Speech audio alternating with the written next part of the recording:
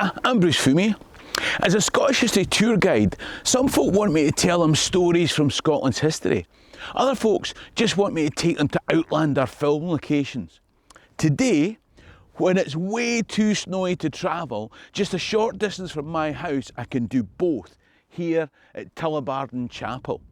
That's the beauty of Scotland. Even when my plans to take you to the Ardnamurchan Peninsula are wiped out by snow, just a few miles from home is a film location from the fantasy series Outlander that's got real Jacobite connections. So I'm going to tell you what this place was used for in the hit TV series and a story from the real Jacobite history. So if you're interested in the people, places and events in Scottish history, then hit the subscribe button at the bottom right at any time during the video and ring the notification bell to find out when I publish new videos. In the meantime, let me tell you a Jacobite story. Come on. For those of you that don't know, Outlander is a series of books turned into a TV series where an English nurse, glad to see the end of World War II battlefield duties, comes to Scotland for a relaxing honeymoon in the Highlands. Now, when her history nerd husband stupidly gets lured away to look at some really interesting historical documents, she visits a stone circle on the day of Savin Harvest Festival. Are you mental? That's like riding a kelpie into a fairy mound on a full moon and shouting, "Who wants some? Who wants some?" So, now it's 1743 and Clare Randall is being regularly rogered by a big ginger clansman who's an outlaw Jacobite, but thanks to his time-travelling English Rose, now knows that the 45 uprising's doomed, but there's nothing that he can do about it, apart from more rogering. The answer to most dilemmas seems to be more rogering. So ladies, if you like soft porn in a kilt with a hunk of a man who's strong but tender, you get the picture. It's very popular on the other side of the Atlantic, but the UK government discouraged it here in 2014. I can't think why. In season 2, episode 11, Vengeance is Mine, Tullibardine Chapel here is the setting for events after the decision to turn back at Derby. In the book, it was after the Battle of Falkirk, but there's loads to pack into the telly. You know what it's like.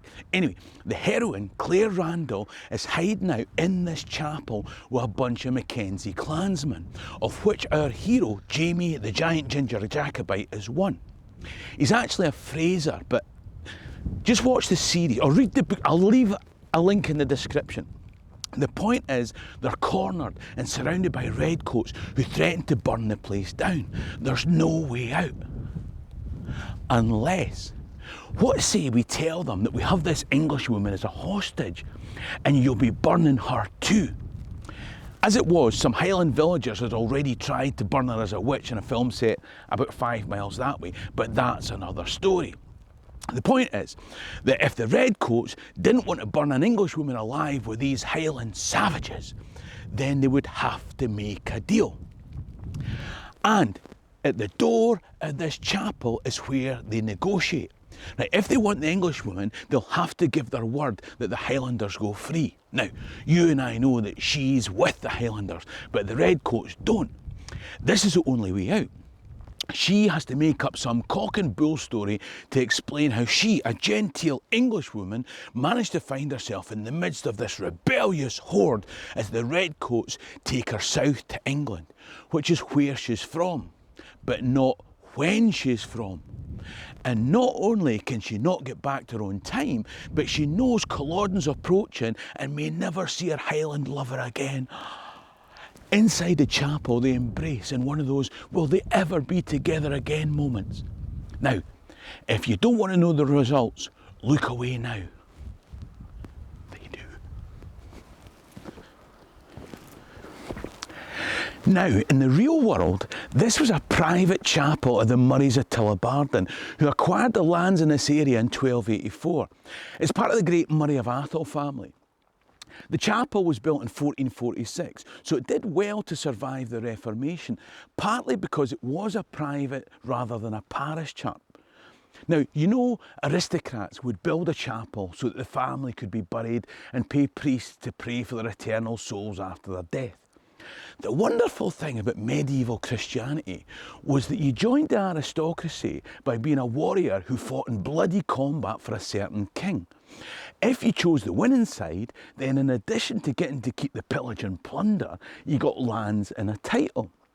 The land, title and plunder meant you could afford to build a chapel and pay priests for them to pray for your immortal soul, which had been so blackened in the process of acquiring the lands, titles and plunder. The secret was to choose the right side. Now, to be fair, in this case they just married for it, but it was probably a cousin, so. Anyway, the member of the Murray family that I want to talk about is Lord George Murray. He was with Bonnie Prince Charlie at the real-life Battle of Falkirk, and Prestonpans, and Derby, and Culloden. He and his brothers, Lord Charles Murray, and the eldest, William Murray, the Marquess of Tullibardine, all joined up with the Jacobite cause in the 1715 uprising. When it failed, Charles was captured at Preston. Now, if you're interested in how that part of the 1715 rising went, I've got a great video all about up there. You can come back and click the white tab later. Anyway, George and his eldest brother William had to flee and live in exile in mainland Europe, but they both came back for the failed uprising in 1719. They were serial Jacobites. After more exile, in 1724, Lord George sneaked home to see his dying father, the Duke. Realising that the Jacobite cause was lost, he repented, conformed, and was rehabilitated to the Hanoverian regime. Now, his brother James hadn't supported the Jacobites, and having picked the winning team, he owned all the lands, estates, titles, and chapels. Lord George took the lease of an estate from his brother, and somewhat sadly, on the 31st of August 1740, he had to write to his brother to say that he'd just laid the body of his daughter Susan, who died of smallpox, here in this chapel. He also asked permission that his own and his wife's bodies would be placed there in the chapel beside her when their time came. Having lost a daughter so young, there must have been some consolation in the fact that at the end of your days, you'll be with her in the family chapel on these ancestral lands. Now, we can't go inside because it's an historic Scotland place and it's COVID, right? Okay. But once this is finished, you can book me for a tour. Of course, 5 years later, Bonnie Prince Charlie landed in the Western Isles unannounced, unbidden and unexpected. Now, as a reformed man, Lord George was appointed Sheriff Deputy of Perthshire here and an advisor to the government commander in Scotland. But, like many others, he decided that he could not but join the Prince's cause. And when the Jacobites arrived in Perth, he joined them. He was one of the key leaders and one of the men of judgment that tried to temper the impulses of the Prince as he led and advised all the way down to Derby, and then, with less favour, on the way back to Culloden. He and his Prince didn't always see eye to eye in strategy and tactics. After the defeat of Culloden, Lord George managed to escape to France. He then wandered a bit, trying to find a role in the European continent, but Charles Edward Stuart, for whom he'd given up home, title and safety, not only refused to speak to him again, I've heard tell that he even tried to have him imprisoned.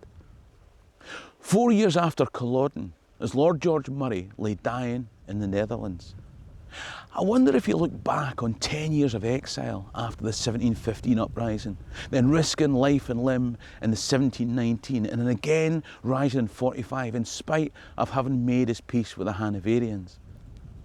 I wonder if he weighed the years of a second exile against the snub of the Prince that he'd served and for whom he'd risked all. Or did he just wish he was here to be laid out in Tullibardine Chapel next to his daughter? For more insight on what Bonnie Prince Charlie got up to after Culloden, I've got a video called The Other Charles Edward Stuart. I filmed it in the brilliant Bannockburn house, and you can click here to watch a video or click below to find out how to support the channel in the description. In the meantime, I'm in Docus Gumbeel Lama alive. Cheery and Rasta.